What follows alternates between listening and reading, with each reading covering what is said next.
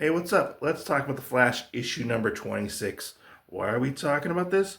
Because it's a tie-in to DCKO. The story actually starts out with Wally West running around the Grand Canyon trying to catch this supervillain called the Alchemist. He is currently teleporting all around. He apparently got his hands on some kind of code for some kind of satellite device, and Wally has to get it back.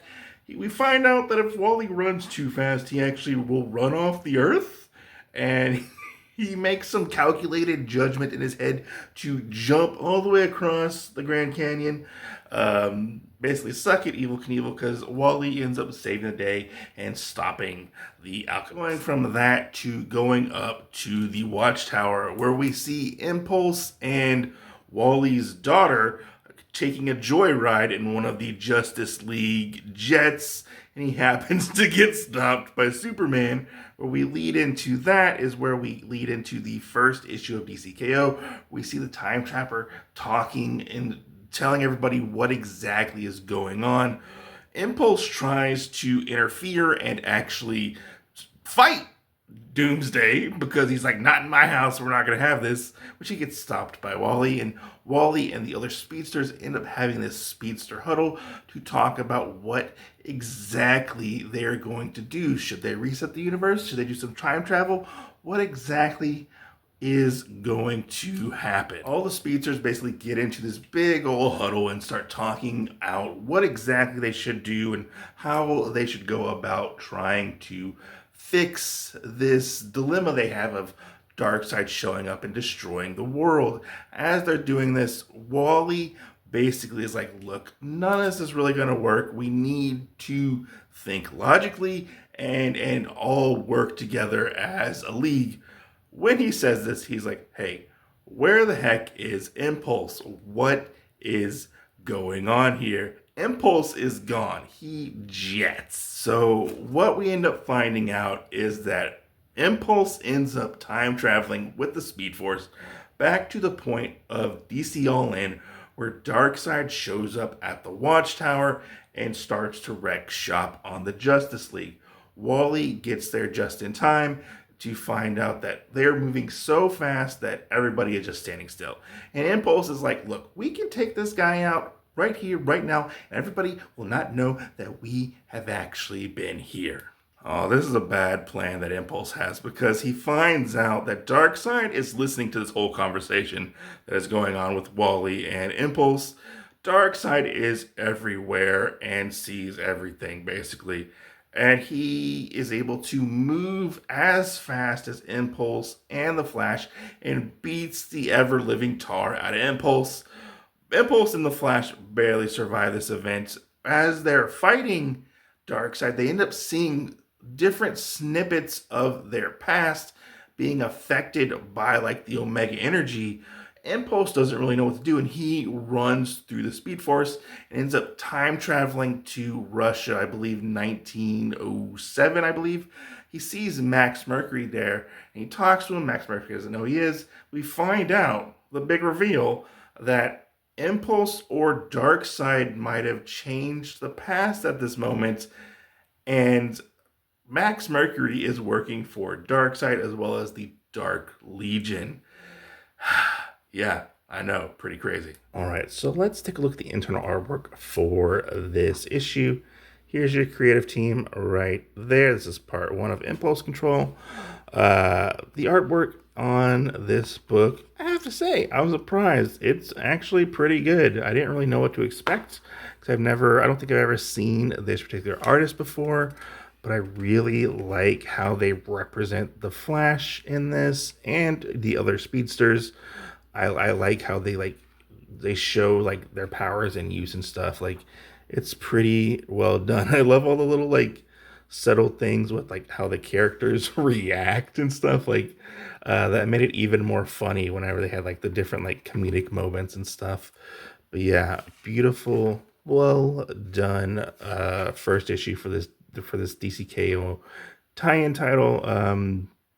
It definitely doesn't disappoint, I feel like, and sets the bar for things going forward, because I know some titles can kind of feel like they're just being phoned in when it comes to like tie-ins or crossovers or whatnot. But this one is definitely top notch in the artwork department. Yeah, especially when you get into some of these fights, they're pretty crazy when you see all the different stuff they're doing when they're time traveling and stuff. Yeah, awesome art. So all in all, what exactly did I think of issue number 26 of The Flash?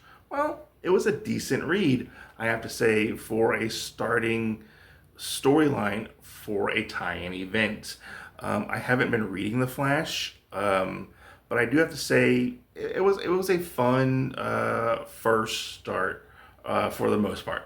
I do feel like it definitely, if you're reading The Flash, it definitely does tie into DCKO story, and gets things moving pretty fast. No pun intended.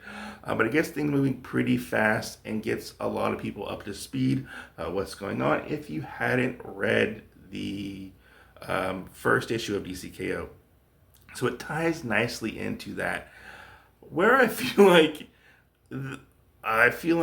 it might be a little bit of a knock is that I feel like the time travel stories with the Flash are almost a dime a dozen and are kind of just like typical and generic Flash stories nowadays.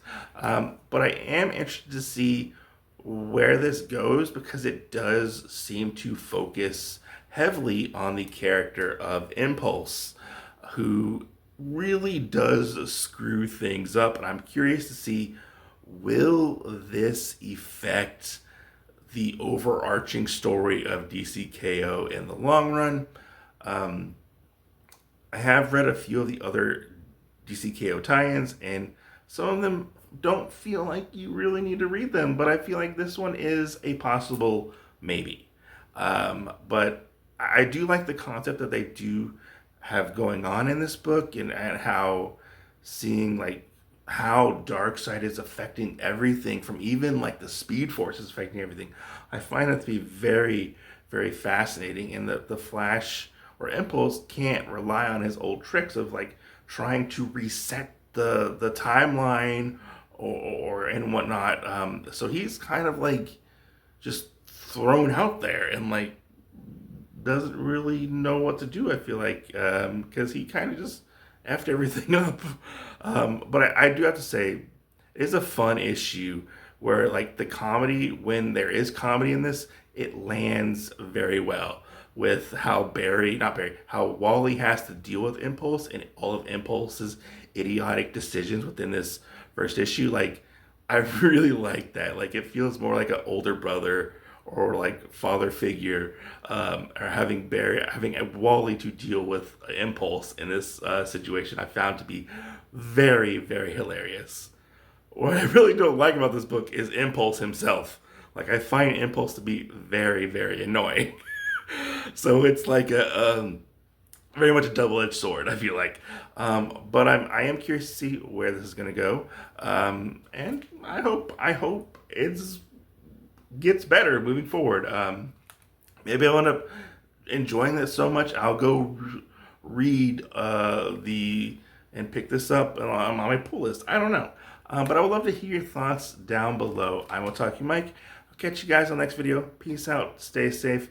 Let me know your thoughts on The Flash and if this is a good tie-in or not. I'd love to hear your thoughts. I will talk to you, Mike. Peace out. Stay safe.